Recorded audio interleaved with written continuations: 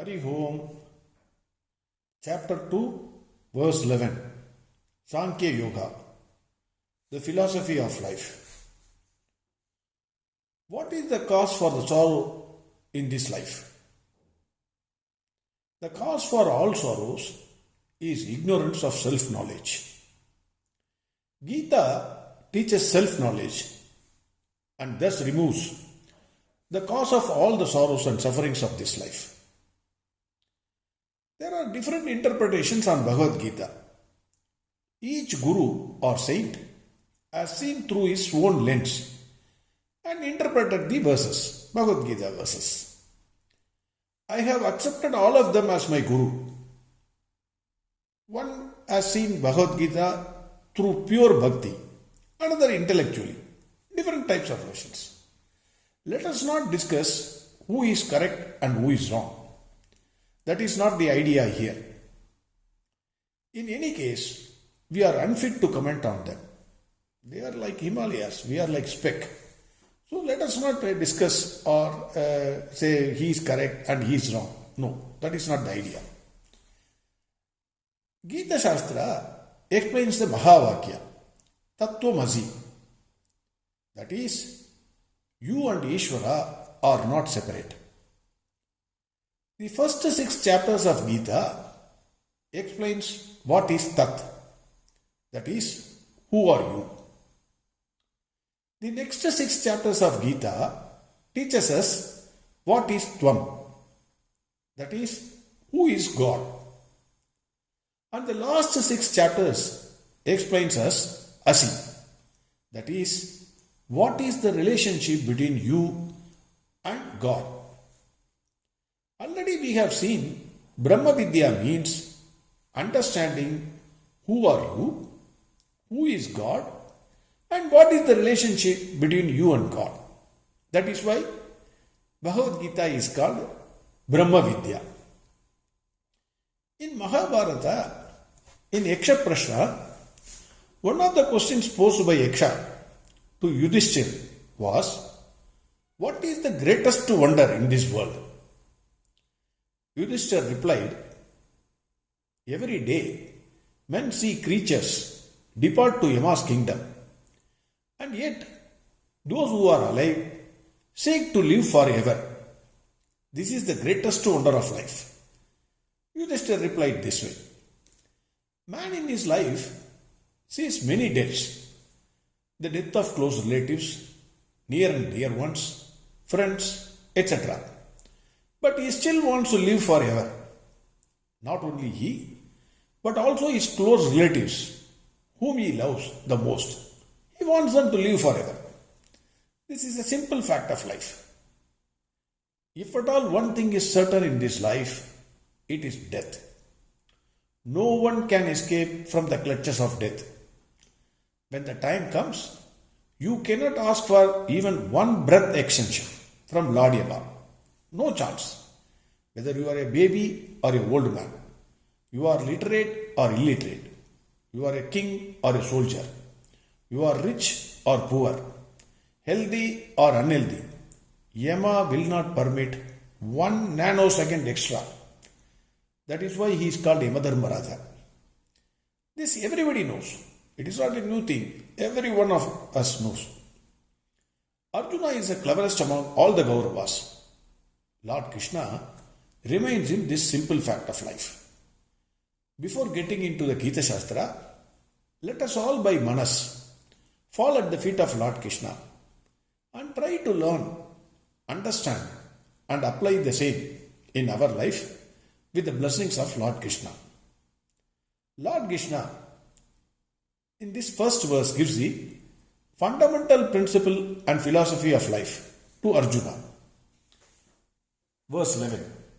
Shri Bhagavan Uvacha Ashocyan Anvasochastvam Vrakyavadamsya Bhashase Gadasu Nagadasumsya Nanushocanti Pandidaha Ashocyananvasochastvam. Hey Arjuna, you are grieving for things which are not to be grieved for.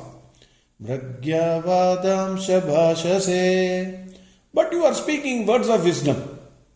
Gadasu nagadasumsha nanushochanti pandidaha. The wise men do not grieve for those who have already gone and those who are not yet gone. This is very important.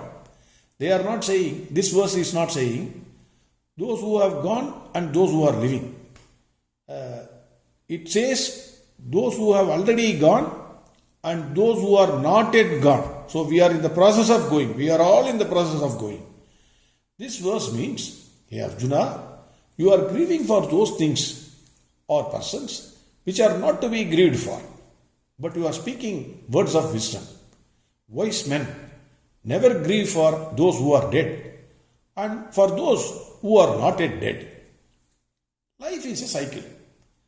Death is one of the phenomena in the life cycle. Born is gone and gone is born is the nature's order. A day is born and a day is gone even before we realize it. Take for example water in the ocean. The ocean water dies and evaporates into water vapor. Water vapor dies and becomes dark cloud. Dark cloud dies and it becomes rain. Rain dies and all the water droplets becomes waterfall. The waterfall dies and becomes a river. The river again dies and merges into ocean. Again the same process is continuing. If you want to cry for death, for which death you will cry? It is a continuous process and a simple fact of life. The beauty of life is unreal or false. This life is unreal or false, that is, it is a dream life. But death is real and true. The extreme sorrow which can happen to a man is the death of his near and dear ones. When this is unavoidable and everyone has to undergo this sorrow, it is better to deal with this intellectually than emotionally. This is the answer which Lord Krishna gives it to Arjuna to overcome his sorrow. It is not only Arjuna's grandparents and gurus who are dying, but for all their grandparents and gurus, for other persons also. Anybody, you take anybody, his grandparent would have died or his guru must have died. So when intellectually seen, death is unavoidable and certain, whoever it is. When this extreme sorrow can be overcome like this, all other sorrows can also be overcome in a similar manner.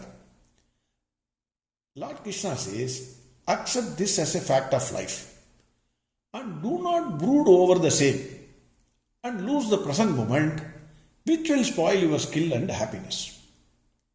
So there is no point in brooding over, this fellow will die or he has died, etc. There is no point. Definitely somebody will die on some day. Even the person, Arjuna will also die. There is no question of Arjuna escaping death. He will also die. Even a not so wise man carries on his life without worrying too much about the death of his father or grandparents. Everyone knows death is certain. But hey Arjuna, you are saying, oh my God, if Bhishma and Drona dies, what will happen to Dharma? If family members die, what will happen to their families? You spoke as if you are a wise man, worrying about Dharma and families of others. What happened to Dharma before Bhishma and Drona was born, when they were not there? That the same thing will happen even if Bhishma and Drona leave this world. Dharma does not depend on anyone. But everyone is dependent on Dharma. Whether Bhishma, Drona or others. Everyone is supposed to follow Dharma. Many fathers and sons have died. Their families are not on the road. Life moves on without Bhishma, Drona or anyone's presence. Life is not bothered. Every day is born, every day is gone.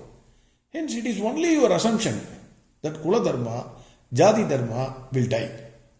When a not so wise person do not worry about the death of anything or any person and is carrying on his life, a wise man will not cry for those who have already died and for those who are in the process of dying.